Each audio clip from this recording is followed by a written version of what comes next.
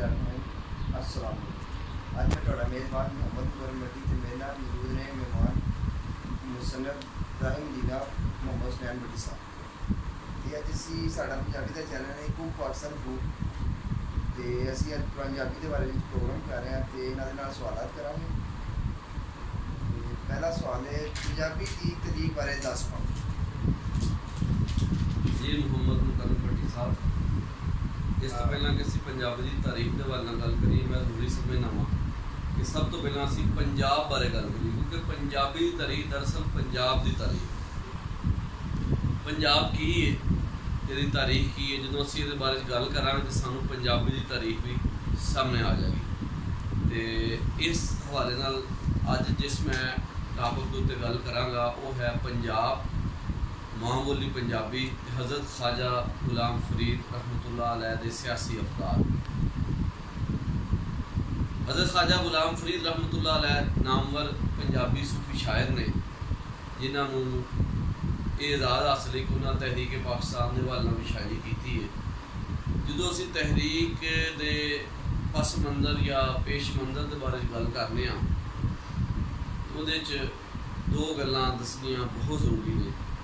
एक तारीख होवे जी सन 1900 तक की तारीख, वो तहरीक पाकिस्तान का पस मंज़र है। एक तारीख होवे जी तहरीक पाकिस्तान का पेश मंज़र है, वो 1900 तो लैके 1947 का जोड़ा दौर है। हज़रत ख्वाजा गुलाम फरीद रहमतुल्लाह अलैह नूं एजाज़ हासिल है कि आपने भी अंग्रेज़ों के खिलाफ हुर्रियत का दर्स दिता। तो अज असीं इस बारे गल करांगे, लेकिन चूँकि मुकरम साहब को पहला सवाल मैं पंजाबी के हवाले किया, इसलिए जरूरी है कि सब तो पहला पंजाबी के बारे गल की जाए। अज ये हालत की पहला असं देखते हैं कि साढ़े मुआशरे पंजाबी बोलने को आर महसूस क्यों की जाती है और लोग इनफीरियरिटी कंपलैक्स का शिकार ने, एहसासे कमतरी का शिकार ने। ऐसा क्यों? दरअसल ये सब तो वड्डी वजह है कि असी अपने अदारियां पंजाबी उत्ते पाबंदी लाती और अंग्रेज़ ने 1849 जो कब्जा किया पंजाब के उत्ते, तो उसने तो लाई, वो तो गैर सी, वो तो हुक्मरान सी, उन्हें तो लानी सी पाबंदी, उन्हें तो अंग्रेज़ी को रायत किया और कोशिश की उसने कि अंग्रेज़ ज़बान लागू किया जाए। अज असी हूँ तक 70 साल गुजरन के बावजूद भी गैर मुल्की ज़बाना पढ़न से मजबूर हाँ। कोई ज़बान बुरी नहीं, हर ज़बान को पढ़ना चाहिए, उन्हें समझना चाहिए, चाहे वो चीनी हो, चाहे वो हिंदी हो, चाहे फारसी हो। लेकिन सब तो जी वड्डी ज़बान होंगी है किसी भी तालीमी निज़ाम के जिन्होंने नींह का दर्जा हासिल है, वो भी माँ बोली। माँ बोली मदर लैंगुएज। अक़वाम मुत्तहिदा इस गल मानता है कि अगर ख्वानदगी का तनासब बढ़ाना है, शरह ख्वानदगी लिटरेसी रेट, तो वो सब तो बुनियादी चीज़ की है कि तुम उस कौम की ज़बान पढ़ाओ जी मादरी ज़बान है, माँ बोली। देखो ना, अजे तक साड़ा लिटरेसी रेट 70 सालों के 70% भी नहीं हो सकिया। अगर हर साल 1% बढ़ता तो 70% होना सी। इसका मतलब की है कि पाकिस्तान की सब तो वड्डी ज़बान जी पाकिस्तान की आबादी का 80% बोलती है, यानी सिंध, बलोचिस्तान, KPK, पंजाब, हत्ता के आज़ाद कश्मीर की सब तो वड्डी जी बोली है, जी ज़बान है, वो पंजाबी है। लेकिन उस दे उत्ते तलीमी इदारे पाबंदी होंदी हुआ तो साडा लिटरेसी रेट घट गया है, वध नहीं रहा। और यही वजह कि 70 सालों में असी 70% भी नहीं कर सके। ये क्यों है? इस बारे मैं चंद गल्लां तुहाडे सामने रखांगा, अपने नाजरीन के सामने, सामीन के सामने, कि जो तुसी एहसासे कमतरी का शिकार हो जाओगे, अपनी बेड़ी च बट्टे आप पाओगे तो हालात तो खराब होंगे। शायर ने तालब जतोई साहब वो की कहते हैं पंजाबी ज़बान के बारे तो लिखते हैं, दिते अज सुनेड़े कावां असल पंजाबी, उन्होंने नरम का नुआन है असल पंजाबी। साडे नाल कैमरामैन जनाब फैज़ान हबीब भट्टी साहब मौजूद ने, तो असी शुक्रगुजार हाँ कि इन्हें भी अपना वक्त कढ़िया तो अज प्रोग्राम की रिकॉर्डिंग कर रहे हैं। करम साहब जी तुसें गल की थी वो मैं रोशनी पावांगा। असल पंजाबी की इस बारे शायर आखदा है, तालब जतोई साहब लिखते हैं, दिते अज सुनेड़े कावां असल पंजाबी, नवीं नकोरी सेज विछावां असल पंजाबी, ਸ਼ਾਮ ਸਵੇਰੇ ਦਿਲ ਦੇ ਕੋਰੇ ਵਰਕੇ ਉੱਤੇ ਚਾਈ ਚਾਈ ਹਰਫ ਸਜਾਵਾਂ ਅਸਲ ਪੰਜਾਬੀ। ਤੂੰ ਕਿਧਰੇ ਜੇ ਸਾਡੀ ਬਸਤੀ ਫੇਰਾ ਪਾਵੇਂ ਤੈਨੂੰ ਉੱਥੇ ਰੰਗ ਵਿਖਾਵਾਂ ਅਸਲ ਪੰਜਾਬੀ।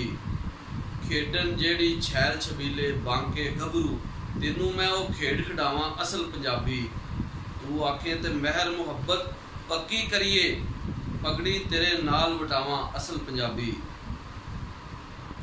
ਦਿਲ ਮਸਤੀ ਵਿੱਚ ਲੁੱਡੀਆਂ ਪਾਵਨ ਲੱਗ ਪੈਂਦਾ ਏ ਜਦ ਵੀ ਡੋਲਾ ਮਾਹੀਆ ਗਾਵਾਂ ਅਸਲ ਪੰਜਾਬੀ।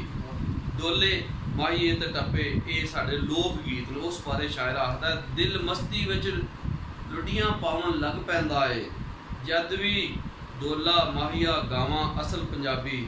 ਸੱਚ ਆਖਾਂ ਤੇ ਪੰਜਾਬੀ ਸ਼ਹਿਰਾਂ ਵਿੱਚ ਮੈਨੂੰ ਦਿਸਦਾ ਏ ਕੋਈ ਟਾਵਾਂ ਟਾਵਾਂ ਅਸਲ ਪੰਜਾਬੀ। ਸ਼ਹਿਰਾਂ ਦੇ ਵਿੱਚ ਬੋਲੀ ਦੀ ਦੋ ਰੰਗੀ ਹੋਈ ਸਾਂਭ ਲਈਏ ਪਿੰਡਾਂ ਥਾਵਾਂ ਅਸਲ ਪੰਜਾਬੀ। ਪੀਰ ਫਰੀਦ ਤੇ ਵਾਰਿਸ ਸ਼ਾਹ ਨੂੰ ਚੇਤੇ ਕਰਕੇ ਆਪਣਾ ਮਨ ਬੇਲਾ ਮਹਿਕਾਵਾਂ ਅਸਲ ਪੰਜਾਬੀ। ਬੁੱਲੇ ਸ਼ਾਹ ਮੁਹੰਮਦ ਬਖਸ਼ ਤੇ ਹਜ਼ਰਤ ਬਾਹੂ ਮੈਂ ਇਹਨਾਂ ਦੇ ਜਸ਼ਨ ਮਨਾਵਾਂ ਅਸਲ ਪੰਜਾਬੀ। ਕੱਲ ਨੂੰ ਮੇਰੀ ਯਾਦ ਕਰਾਵੇਗਾ ਸਜਣਾ ਨੂੰ ਮੇਰੇ ਲਫ਼ਜ਼ਾਂ ਦਾ ਸਿਰਨਾਵਾ ਅਸਲ ਪੰਜਾਬੀ। ਕੱਲ ਨੂੰ ਮੇਰੀ ਯਾਦ ਕਰਾਵੇਗਾ ਸਜਣਾ ਨੂੰ ਮੇਰੇ ਲਫ਼ਜ਼ਾਂ ਦਾ ਸਿਰਨਾਵਾ ਅਸਲ ਪੰਜਾਬੀ। ਤਾਲਬ ਜੇ ਆ ਜਾਵੇਂ ਕਿਧਰੇ ਸਾਡੇ ਵਿਹੜੇ ਨੱਚਾਂ ਗਾਵਾਂ ਝੂਮਰ ਪਾਵਾਂ ਅਸਲ ਪੰਜਾਬੀ।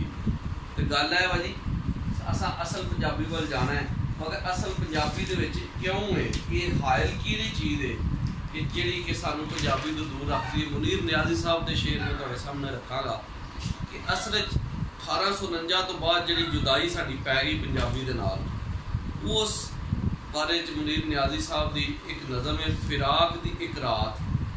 ਉਹ ਹੈ ਤੇ ਇੱਕ ਰਾਤ ਹੈ, ਉਹ ਇੱਕ ਰਾਤ ਨਹੀਂ ਬੜੀ ਲੰਮੀ ਰਾਤ ਜਿਹੜੀ ਖਤਮ ਨਹੀਂ ਹੋ ਰਹੀ ਕਿ ਅਸੀਂ ਆਪਣੀ ਮਾਂ ਬੋਲੀ ਤੋਂ ਦੂਰ ਆ ਮਦਰ ਲੈਂਗੁਏਜ ਤੋਂ ਦੂਰ ਆ। ਚੱਲਦਿਆਂ ਫਿਰਦਿਆਂ ਟੁਰਦਿਆਂ ਉੱਠਦਿਆਂ ਬਹਿੰਦਿਆਂ ਬਾਜ਼ਾਰ ਜਾਂਦਿਆਂ ਬੋਲਦੇ ਅਸੀਂ ਪੰਜਾਬੀ ਹਾਂ। ਹੁਣ ਵੀ ਜ਼ਿਆਦਾਤਰ ਪੰਜਾਬੀ ਇਸਤੇਮਾਲ ਹੁੰਦੀ ਹੈ ਬੋਲਣ ਵਿੱਚ ਲੇਕਿਨ ਨਾ ਲਿਖਦੇ ਹਾਂ ਅਸੀਂ ਪੰਜਾਬੀ ਤੇ ਨਾ ਅਸੀਂ ਪੜ੍ਹਨੇ ਹਾਂ ਤੇ ਨਾ ਅਸੀਂ ਆਪਣੇ ਤਲੀਮੀ ਅਦਾਰਿਆਂ 'ਚ ਇਸ ਨੂੰ ਰਾਇਜ ਕਰਨੇ ਹਾਂ। ਅਸੀਂ ਡਰਨੇ ਹਾਂ ਕਿ ਕਿਧਰੇ ਹੈ ਜੀ ਅਸੀਂ ਆਪਣੀ ਬੇਇੱਜ਼ਤੀ ਫੀਲ ਕਰਨੇ ਹਾਂ ਤੇ ਇਹ ਅਸਲ ਵਿੱਚ ਕੰਪਲੈਕਸ ਹੈ ਜਿੱਥੋਂ ਅਸੀਂ ਦੂਰ ਹਾਂ। ਮੁਨੀਰ ਨਿਆਜ਼ੀ ਸਾਹਿਬ ਆਖਦੇ ਨੇ ਲੰਮੀ ਰਾਤ ਫਿਰਾਕ ਦੀ ਜਿਵੇਂ ਠੰਡੀ ਸਿਲ ਚੜਿਆ ਚੰਨ ਅਸਮਾਨ ਤੇ ਕੰਬਲ ਲਗਾ ਦਿਲ। ਜਿਹੜੀ ਫਿਰਾਕ ਦੀ ਐਸੀ ਲੰਮੀ ਰਾਤ ਹੈ ਕਿ ਜਿਵੇਂ ਠੰਡੀ ਇੱਕ ਸਿਲ ਹੋਵੇ ਤੇ ਅਸਮਾਨ ਤੇ ਚੰਨ ਚੜ ਗਿਆ ਤੇ ਦਿਲ ਕੰਬ ਰਿਹਾ ਹੈ। ਅਸੀਂ ਸੋਚਦੇ ਹਾਂ ਪੰਜਾਬੀ ਬੋਲੀਏ ਜਾਂ ਨਾ ਬੋਲੀਏ ਤੇ ਉਹ ਫਿਰ ਇੱਕ ਹੋਰ ਨਜ਼ਮ ਦੇ ਵਿੱਚ ਆਪਣੇ ਇਸ ਮੈਂ ਉਹਨਾਂ ਦੀ ਨਜ਼ਮ ਤੋਂ ਜਿਹੜਾ ਪੈਗਾਮ ਸੁਣਾਉਣਾ ਚਾਹੁੰਦਾ ਆਪਣੇ ਸਾਹਮਣੇ ਲਈ ਹੋਇਆ ਸਫ਼ਰ ਦੀ ਇੱਕ ਰਾਤ ਜਿਹੜੀ ਚੱਲ ਰਹੀ ਹੈ ਜਿਹਦੇ ਵਿੱਚ ਪੰਜਾਬੀ ਸਾਡੇ ਤੋਂ ਦੂਰ ਹੈ। ਮੁਨੀਰ ਨਿਆਜ਼ੀ ਸਾਹਿਬ ਦੇ ਸ਼ੇਰ ਨੇ ਵਰਦੇ ਮੀਂਹ ਵਿੱਚ ਟੁਰਿਆ ਜਾਵਾਂ ਰਾਤ ਸੀ ਬਹੁਤ ਹੀ ਕਾਲੀ ਆਪਣੇ ਹੀ ਪਰਛਾਵੇਂ ਕੋਲੋਂ ਦਿਲ ਨੂੰ ਡਰਾਵਨ ਵਾਲੀ ਸ਼ਾਂ ਕਰਦੇ ਰੁੱਖ ਪਿੱਪਲ ਦੇ ਅੰਨੀਆਂ ਕਰਦੀਆਂ ਹਵਾਵਾਂ ਉਸ ਰਾਤ ਤੇ ਬਹੁਤੇ ਲੋਕੀ ਭੁੱਲ ਕੇ ਕਰਦੀਆਂ ਰਾਵਾਂ। ਸ਼ਾਂ ਕਰਦੇ ਰੁੱਖ ਪਿੱਪਲ ਦੇ ਅੰਨੀਆਂ ਕਰਦੀਆਂ ਹਵਾਵਾਂ ਉਸ ਰਾਤ ਦੇ ਬਹੁਤੇ ਲੋਕੀ ਭੁੱਲ ਕੇ ਕਰਦੀਆਂ ਰਾਵਾਂ। ਯਾਨੀ ਅਸੀਂ ਆਪਣੇ ਘਰ ਦੀ ਰਾਹ ਭੁੱਲੇ ਹੋਏ ਹਾਂ ਪੰਜਾਬੀ ਤੋਂ ਜਿਹੜਾ ਦੂਰ ਆ ਤੇ ਮੀਂਹ ਵਸ ਰਿਹਾ ਤੇ ਰਾਤ ਵੀ ਬਹੁਤ ਕਾਲੀ ਹੈ। ਯਾਨੀ ਇਹ ਪੰਜਾਬੀ ਦੇ ਹਾਲਾਤ ਨੇ ਜਿਹੜੇ ਉਹਨਾਂ ਦੀ ਨਜ਼ਮ ਦੇ ਥਰੂ ਤੁਹਾਡੇ ਮੈਂ ਸਾਹਮਣੇ ਪੇਸ਼ ਕਰ ਰਿਹਾ ਸਾਮੀਨ ਦੇ ਸਾਹਮਣੇ ਪੇਸ਼ ਕਰ ਰਿਹਾ। ਤੇ ਅਸੀਂ ਆਪਣੇ ਪਰਛਾਵੇਂ ਕੋਲ ਡਰਨ ਹੈ ਯਾਨੀ ਆਪਣੀ ਮਾਂ ਬੋਲੀ ਕੋਲ ਡਰਨ ਹੈ ਤੇ ਇਹ ਇੱਕ ਸਫ਼ਰ ਦੀ ਜ਼ਿੰਦਗੀ ਦੀ ਇੱਕ ਰਾਤ ਹੈ ਜਿੱਥੋਂ ਅਸਾਂ ਅੱਗੇ ਟੁਰਨਾ ਹੈ ਤੇ ਹੁਣ ਅਸੀਂ ਪੰਜਾਬੀ ਨੂੰ ਅਪਣਾਉਣਾ ਵੀ ਹੈ ਤੇ ਅਦਾਰਿਆਂ 'ਚ ਵੀ ਬੋਲਣਾ ਹੈ। ਤੇ ਜਿਸ ਤਰ੍ਹਾਂ CDN ਪੰਜਾਬ ਦੇ ਵਿੱਚ ਸਰਹੱਦ ਪਾਰ ਪੰਜਾਬੀ ਨਾ ਸਿਰਫ ਬੋਲੀ ਜਾ ਰਹੀ ਹੈ ਬਲਕਿ PhD ਦੀਆਂ ਡਿਗਰੀਆਂ ਪੰਜਾਬੀ 'ਚ ਸ਼ੁਰੂ ਹੋ ਰਹੀਆਂ ਨੇ ਔਰ ਲੈਕਚਰਾਰ ਆਪਣੇ ਦਰਸ ਔਰ ਆਪਣੇ ਲੈਕਚਰ ਪੰਜਾਬੀ ਜ਼ੁਬਾਨ ਵਿੱਚ ਦੇ ਰਹੇ ਨੇ ਤਾਂ ਕੋਈ ਆਰ ਮਹਿਸੂਸ ਨਹੀਂ ਕਰਦੇ। ਪੰਜਾਬੀ ਬਾਰੇ ਗੱਲ ਕਰਾਂਗਾ ਤਾਰੀਖੀ ਹਵਾਲਾ ਜਿਹੜਾ ਤੁਸੀਂ ਸਵਾਲ ਕੀਤਾ ਸੀ। ਸਭ ਤੋਂ ਪਹਿਲਾਂ ਮੈਂ ਜੋਗਰਾਫੀਆ ਦਾਨ ਜਨਰਲ ਕਰਿੰਗਮ ਦਾ ਹਵਾਲਾ ਦਿਆਂਗਾ ਤੇ ਪੰਜਾਬ ਦੇ ਇੱਕ ਵੱਡੇ ਸ਼ਹਿਰ ਹੜੱਪਾ ਦਾ ਹਵਾਲਾ ਦਿਆਂਗਾ ਜਿਹੜਾ ਕਿ ਸਾਰੇ ਕਦੀਮਾਂ ਨੇ ਦਰਿਆਫਤ ਕੀਤਾ। ਜਨਰਲ ਕਰਿੰਗਮ ਨੇ 1872-73 ਵਿੱਚ ਹੜੱਪਾ ਬਾਰੇ ਇੱਕ ਰਿਪੋਰਟ ਤਿਆਰ ਕੀਤੀ। ਉਹਦੇ ਵਿੱਚ ਉਸਨੇ ਥਰਤੱਲੀ ਪਾਉਣ ਵਾਲੀਆਂ ਗੱਲਾਂ ਕੀਤੀਆਂ। ਉਸਨੇ ਆਖਿਆ ਕਿ ਲਾਹੌਰ ਤੋਂ ਮੁਲਤਾਨ ਜਿਹੜੀ ਰੇਲਵੇ ਲਾਈਨ ਵਿਛਾਈ ਗਈ ਅੰਗਰੇਜ਼ ਦੌਰ ਵਿੱਚ ਤੇ ਮੰਟਗੁਮਰੀ यानी साहिवाल के लागे 100 मील ताईं हड़प्पे दीयां इट्टां दा इस्तेमाल होया। यानी वो पुरानियां इट्टां वो जिहड़ियां सारे कदीमा सन उन्हां नूं पुट के उस रेलवे लाइन दे विच लाता गया ते आल दुआले ते पिंडां दे विच भी हड़प्पे दी टिब्बे दीयां इट्टां दा इस्तेमाल होया। यानी वो उस विरसे नूं ज़ाया करन दी कोशिश कीती गई। ते जनरल ट्रिंगम ने बड़े अफसोस का इजहार किया। 1872-73 ਦੇ ਵਿੱਚ ਉਸਨੇ एक रिपोर्ट तैयार करके हुकूमत बरतानिया ਨੂੰ भेजी कि यह बहुत पुराना शहर है, हज़ारां साल 5000 साल या उस तो भी पुराना, इस बारे कोई दसो कि की कीता है। चुनाचे अंग्रेज़ सरकार चूँकि रुझी हुई सी कब्जियां के हवाले नाल ते मुल्की हालात नूं दुरुस्त करन दे हवाले नाल जंगे अजीम भी जारी सी। तो उन्होंने फिर सोचा कि चलो जी हुण फिर 1920 ਦੇ ਵਿੱਚ ਉਹਨਾਂ ਨੂੰ ਖਿਆਲ ਆ ਹੀ ਗਿਆ ਕਿ ਹੜੱਪਾ ਦੇ ਬਾਰੇ ਕੁਝ ਕੀਤਾ ਜਾਏ। ਤੇ ਹੜੱਪਾ ਦੇ ਬਾਰੇ ਜੋ ਅੰਗਰੇਜ਼ ਸਰਕਾਰ ਦਾ ਕੀ ਹੁਕਮ ਸੀ, ਉਹਨਾਂ ਨੇ ਮਿਸਟਰ ਵਾਈਸ ਨੂੰ ਹੁਕਮ ਦਿੱਤਾ। ਮਿਸਟਰ ਵਾਈਸ ਇੱਕ ਅੰਗਰੇਜ਼ ਸਨ ਜਿਨ੍ਹਾਂ ਨੂੰ ਹੁਕਮ ਹੋਇਆ ਸਰਕਾਰ ਵੱਲੋਂ ਕਿ ਖੁਦਾਈ ਕਰੋ ਇਸ ਪੁਰਾਣੇ ਸ਼ਹਿਰ ਦੀ, ਪਤਾ ਕਰੋ ਇਹਦੇ ਅੰਦਰ ਕੀ ਹੈ। ਮਿਸਟਰ ਵਾਈਸ ਨੇ ਉਸ ਦੀ ਖੁਦਾਈ ਕੀਤੀ ਤੇ ਫਿਰ ਇੱਕ ਕਿਤਾਬ ਲਿਖੀ ਐਕਸਕੈਵੇਟੇਸ਼ਨ ਆਫ ਹੜੱਪਾ। ਉਹ ਕੀ ਲਿਖਦਾ ਹੈ ਕਿ ਹੜੱਪਾ ਤਹਿਜ਼ੀਬ ਦਾ ਇੱਕ ਮਰਕਜ਼ ਹੈ। ਇਹਦੇ 'ਚ ਪੱਕੀਆਂ ਇੱਟਾਂ ਦੀਆਂ ਬੁਨਿਆਦਾਂ ਦਾ ਇਮਾਰਤਾਂ यानी उन्होंने बुनियाद है जो इमारतें जी बुनियाद रखी गई है वो पक्कियां इट्टां उत्ते रखी गई है। तो उसने कहा कि मोहनजोदड़ो जिहड़ा सिंध च ते हड़प्पा ये एक ही तहजीब है उस दे ख्याल में। हुण मैं अपनी गल नूं अगे वधांदिआं आरियावां दा जिक्र करांगा। आरिया वो कौम जिहड़ी वस्ती एशिया तो उठ के पंजाब विच आई ते उदों हड़प्पा दे विच आए ते हड़प्पा दे विच आके उन्हां दी जंगां होईआं और हड़प्पा दे वासियां दे नाल इट खड़का उन्होंने चलिया। ये अज तो 4000 साल पहला की गल है। सियाणियां दे आखदे पई हड़प्पा तहजीब नूं आरियावां ने तबाह करके रख दिता। लेकिन जिहड़ी मजहबी किताब इत्थे लिखी गई हड़प्पा दे विच वो वेद है ऋग्वैद। हिंदुआं दे 4 वैद ने, जिहड़ा सब तो पहला ते सब तो वड्डा वैद है ऋग्वैद, वो हड़प्पा च लिखिया गया। और पंजाब नूं एजाज़ हासिल है, हड़प्पा नूं एजाज़ हासिल है कि इत्थे सब तो पहला वैद सब तो वड्डा वैद लिखा गया। तो वैद ही पंजाब की तारीख का सब तो वड्डा सोमा यानी माखज है जिहदे विच सानूं पंजाब की तारीख लभदी है, पता लगता है कि पंजाब की ते उस दे राहीं लिखिया की है कि उस दे विच पंजाब नूं सपत सिंधु आख्या गया। सपत सत नूं आखदे ने सिंध दरिया यानी 7 दरियावां की जमीन। आम तौर पर असीं बोलते हैं कि 5 दरियावां की सरजमीन, लेकिन ये बेसिकली पंजाब जिहड़ा है ये 7 दरियावां की सरजमीन। और 7 दरिया किहड़े ने? सतलुज, ब्यास, रावी, चनाब, जेहलम, सरस्वती ते सिंध। चूँकि बाकी सारे दरिया एक वड्डे दरिया जिहड़े ने उसका नाम है दरियाए सिंध। इसलिए असीं पंजाब की तहजीब नूं वादी सिंध की तहजीब आखदे हां। तो पंजाबी तहजीब वादी सिंध की तहजीब है। वादे मैं करना चाहना कि पंजाबी के पुराने नाम भी मौजूद ने। हिंदवी, ठीक है ना जी, इन्होंने पुराने जमाने हिंदोका भी कहा गया, हिंदवी कहा गया, और भी ये बड़े नाम सन। कभी इनू इलाकियां लाहौरी, मुल्तानी, डेरवी जरा गाजी खान तो बहावलपुरी, यह सारे लिहाजा के लिहाज नाल पंजाबी नूं पुकारिया गया। मगर वक्त के नाल नाल चूंकि इस इलाके नूं पंजाब आख्या गया, इसलिए पंजाब तो पंजाबी बने, पंजाबी तो पंजाब नहीं बनया।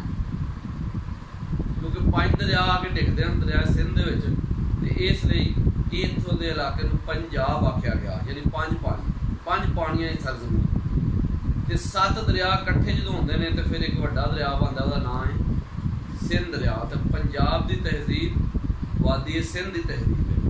पंजाब की जबान वादी सिंध की जबान है। तो वादी सिंध अज का पूरा पाकिस्तान शामिल है। तो ऋग्वैद पंजाब अंदर लिखा गया, जबकि बाकी वैद गंगा जमुना च लिखे गए। कदीम पंजाबी जिहड़े सन उन्हां दा आरियावां दे नाल इट खड़का होया, लड़ाइयां होईयां, वारां होईयां, जंगां होईयां। ते ऋग्वैद दे अंदर दा जिक्र है। तो ऋग्वैद दे अंदर इत्थों दी कौमां नूं की आख्या गया?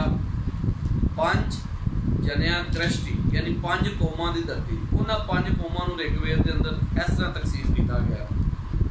कानून में बयान करांगा, सामने में आखांगा कि वो 5 कौमां दी धरती नूं किस तरह दस्सिया गया। नंबर 1 दरियाए काबल ते सिंध विचकार जिहड़ा इलाका सी, जिहड़ी कौम उत्थे वसदी सी, वो एक कौम हो।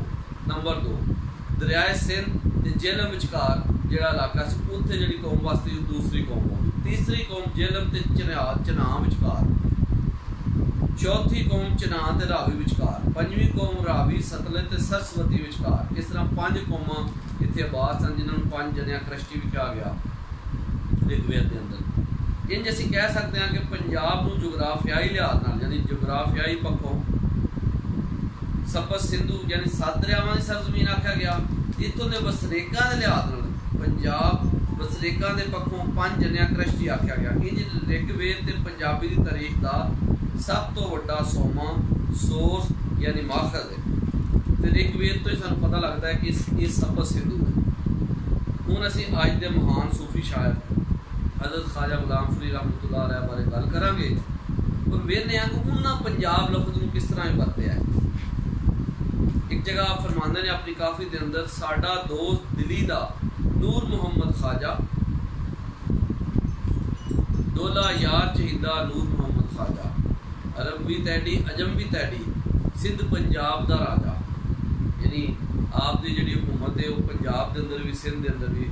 हज़रत ख्वाजा नूर मोहम्मद मुहारवी रहमतुल्लाह अलैह मशहूर सूफी शायर, सूफी बुजुर्ग ने, जिन्हां दा मस्कन चिश्तियां में बहावल नगर है। उन्होंने बारे हज़रत ख्वाजा गुलाम फरीद ने बयान किया है कि साडा दोस्त दिली दा नूर मुहम्मद ख्वाजा